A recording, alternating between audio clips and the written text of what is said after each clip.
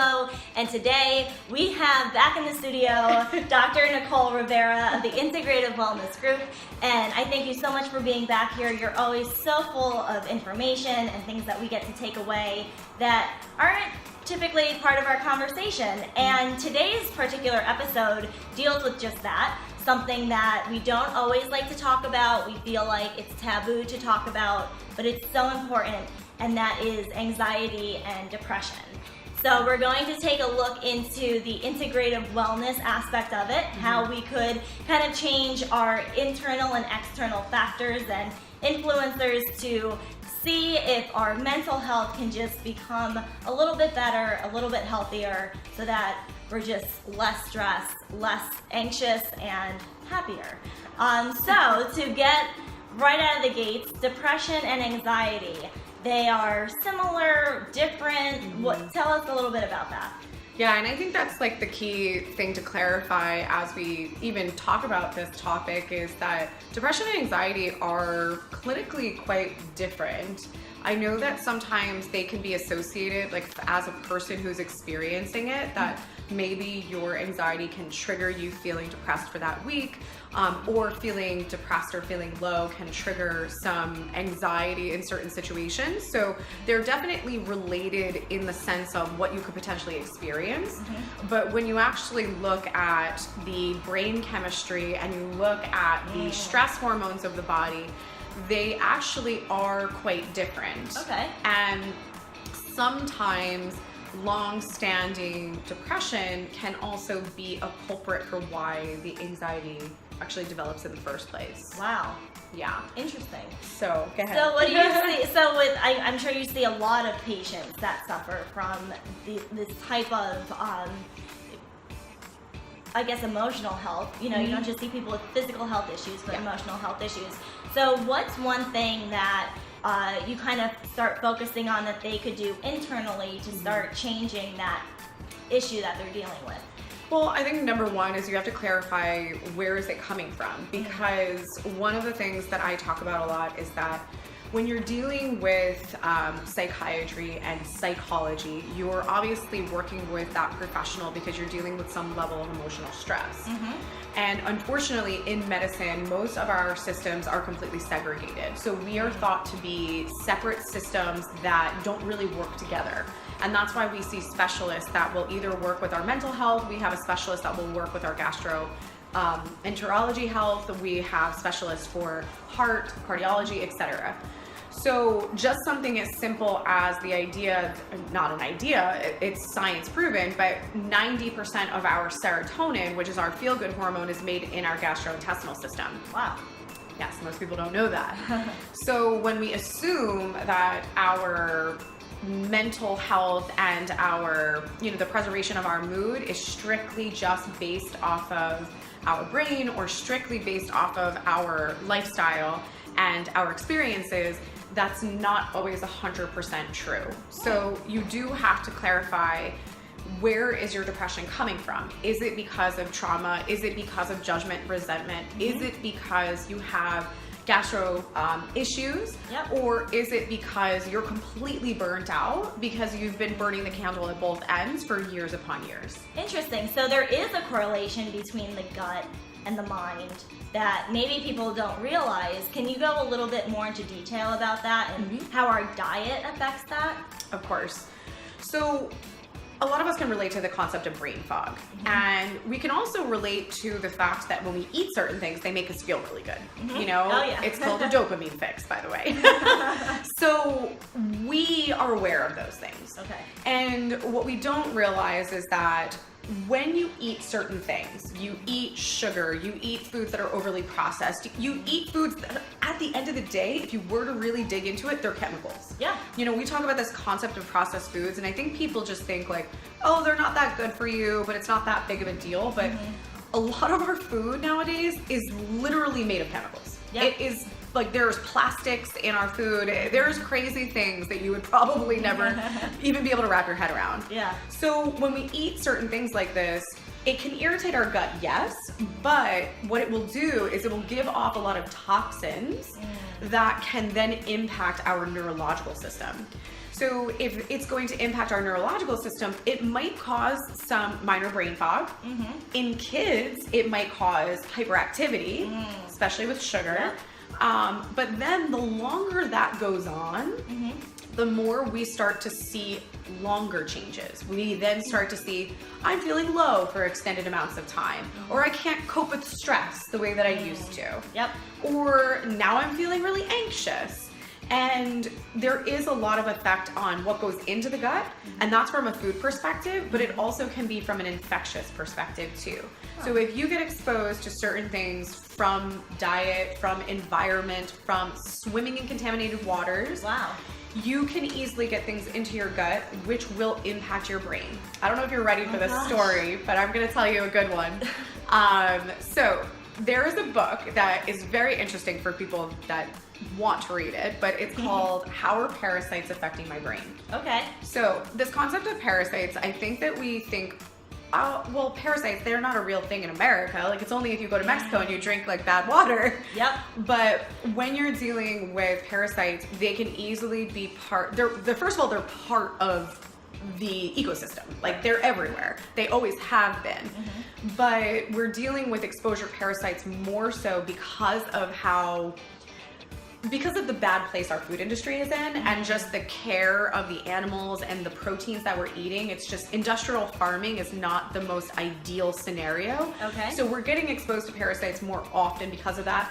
Also sushi. I was the sushi queen. I used to be too. Yes. So with that being said, there was a woman who wrote this book, How Are Parasites Affecting My Brain? And it was so unbelievably fascinating because she proved it over 50 years. She did studies upon studies upon studies, and her colleagues were like, you're crazy.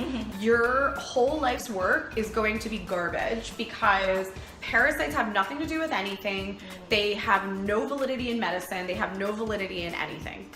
And what she proved over and over is that they actually hijack our behaviors. So you ever hear when they say, oh, you're acting crazy. I wonder if it's a full moon. So the reason why they say that is because parasites are the most active under a full moon. See, this is what happens when you come on the show. We learn amazing, interesting things. Get out. So ask anyone who works in a hospital, ask teachers that work in schools, and they will be like, oh my goodness, all the crazies come out with the full moon. So that just really, like, I'm not saying this to scare you, I'm just saying this to put it on your radar that this is not uncommon. And these are things that if you feel like you are on a legit roller coaster ride, and you're also then shifting into feeling irritable and angry, and you're just like, why do I feel like this? Sometimes you are actually being hijacked. So, and then parasites too is, I remember for me, when I did my testing, I found out I had a lot of parasite issues. And I didn't have gastro complaints, because that's what you read about is like, oh, if you have parasites, you're going to have a really bad gastrointestinal situation. And I didn't, but I remember just getting mad for no reason, but then having a grudge that I couldn't get, and I'm like, in my mind, I'm going, what is wrong with you? Why are you acting like this? But I couldn't not act like that. It was just like, I remember just feeling kind of like powerless and disconnected from my body. And it's interesting too. I mentioned last time I'm from Jersey, and we have a very interesting personality profile, but I have just been so stubborn my whole life, and I would never probably actively admit it that I was like anxious or potentially depressed at times. But for me, and I hear this all the time, is, I'm stressed, but I can handle it. I can deal with it. That's life. Like, I deal with my stress. Guess what? Your body doesn't know that. Genetically, our bodies are actually the same as they were hundreds of years ago. So when you think that you're Superwoman or Superman and you're gonna work, 80-hour weeks, you're gonna take care of your family, you're gonna still work out, you're gonna juggle all these things, then you're gonna do your side project, and you're literally have a million balls up in the air. Your body doesn't know that you can handle it. Your body is literally pumping out stress hormones, and it gets to a point of burnout. And what I found so interesting is I was actually listening to a podcast earlier today, and just a great example. He said, he was like, we have these stress hormones and we have this adrenaline for a reason. So if somebody cuts you off on the freeway, then you get out of the way and potentially, get or move past like a pretty significant obstacle that you could have gotten really hurt. But to be in that state long term, our bodies would never be able to sustain it. Right. It's like fight or flight mode all the time. Back in the day, I always give my clients the analogy that our bodies can't differentiate between stress of a nasty email versus stress of a lion chasing us, which is how this all started. So we go into fight or flight mode, throw out the cortisol, get those adrenaline glands pumping, and it's not that. It's not a physical stress. It's a mental stress, and that's when the pounds come on, and we become in a permanent state of, we become really anxious and developing anxiety. Yep. And that's another big thing that you mentioned too, about how you're aware that you shouldn't feel a certain way, and that is totally normal. If you stop and think, I know I shouldn't be nervous about something, and it goes way beyond just being nervous, but you know you shouldn't. There's nothing right now that's causing it, or you shouldn't be upset about something and you uncharacteristically are. These are some signs that you should seek professional help, because it's kind of like you have no control, you completely lost control over it. But going back to having control, what are some things that we could do if we start to notice these uncharacteristic traits about ourselves? What's something that we could kind of do to help the situation? Well, I think there's a couple of really important factors when it comes to maintaining your brain, because maintaining your adrenal glands, maintaining the brain, maintaining the gut, they're all a little bit different. But when you go through the long stints of the fight or flight, and you go through maybe a period of time that your gastrointestinal health isn't very good, now you've already actually created changes to your brain.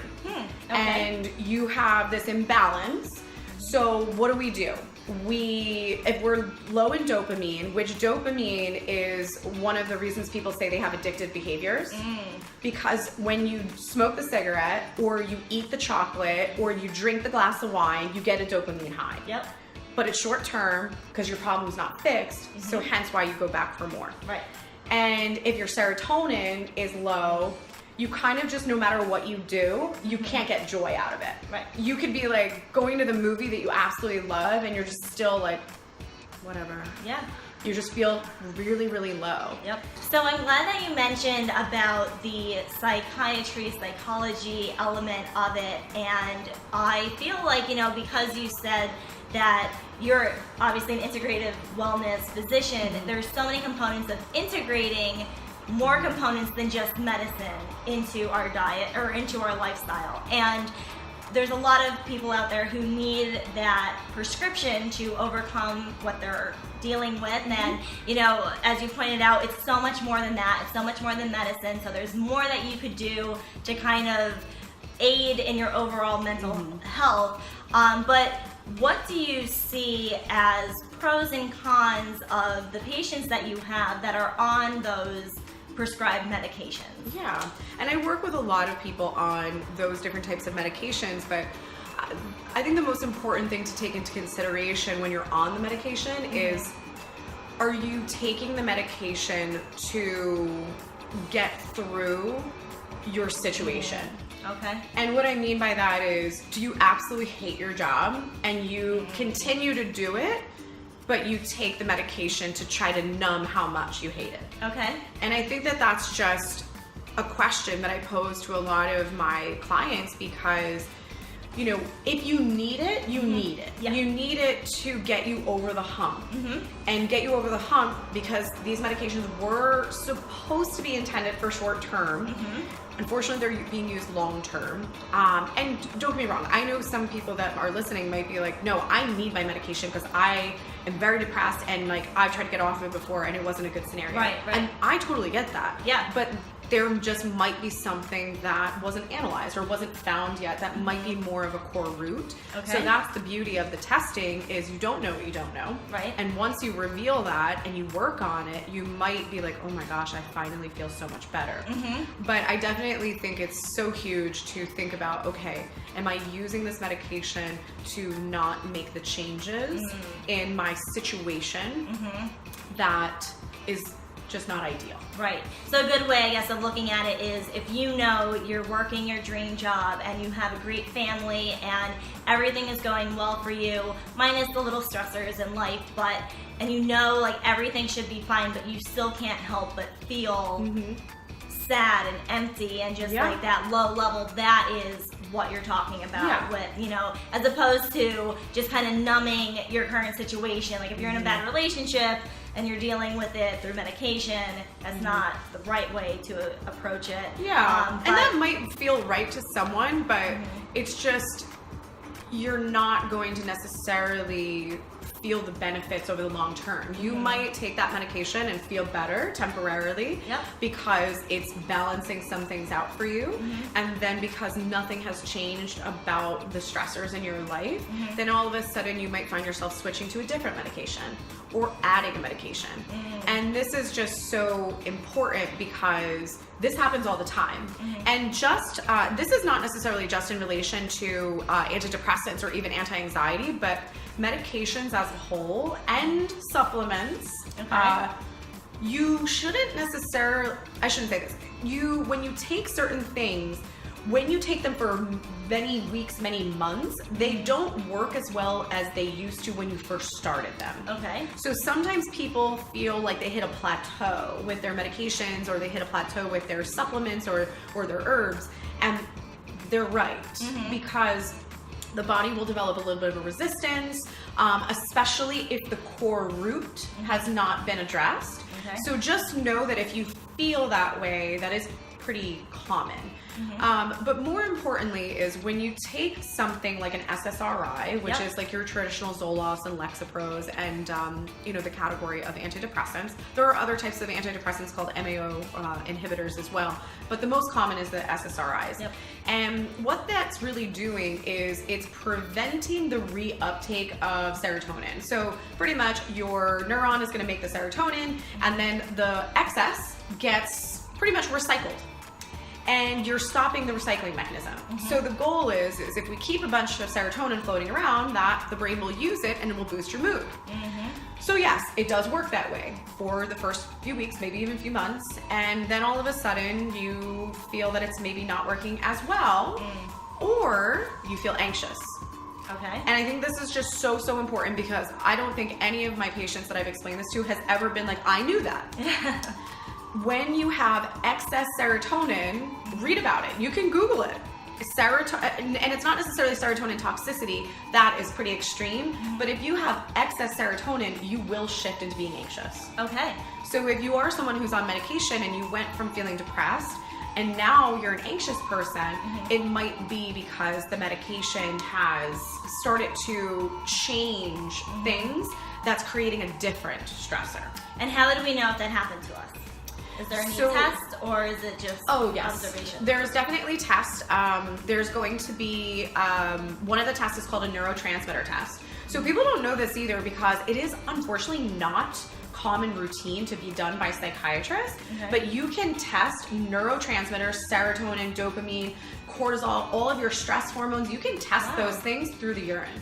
Interesting. Yeah, so you can get a baseline, and in my opinion, it should be standard that if you're on an antidepressant or you're on even a Xanax or an anti-anxiety, you should be getting those tests to monitor where are your levels. Good point. Do you need to taper back? Do you need to up your dose? Do you need to lower it? Do you need to change medication? Are you going into serotonin overload? Like, these are really, really important factors.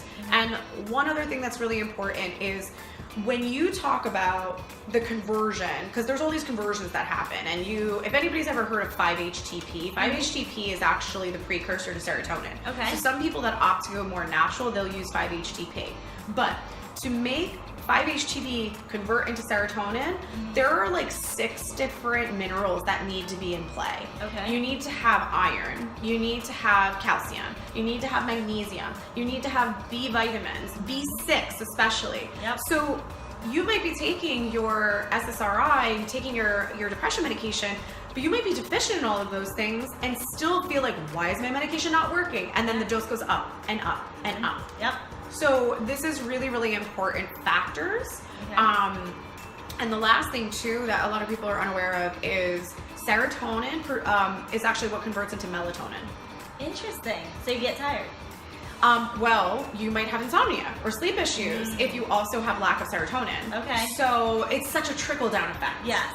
And the most interesting thing that I have learned over time is when you are dealing with the orchestra of the hormones of the brain and the hormones, the sex hormones and the stress hormones, and you are dealing with the orchestra of it, you're dealing with the brain, you're dealing with the thyroid, you're dealing with the adrenal glands, you're dealing with the reproductive. It is very difficult to have the one solution that's going to make all of that work beautifully together. Right. So this is why people need testing.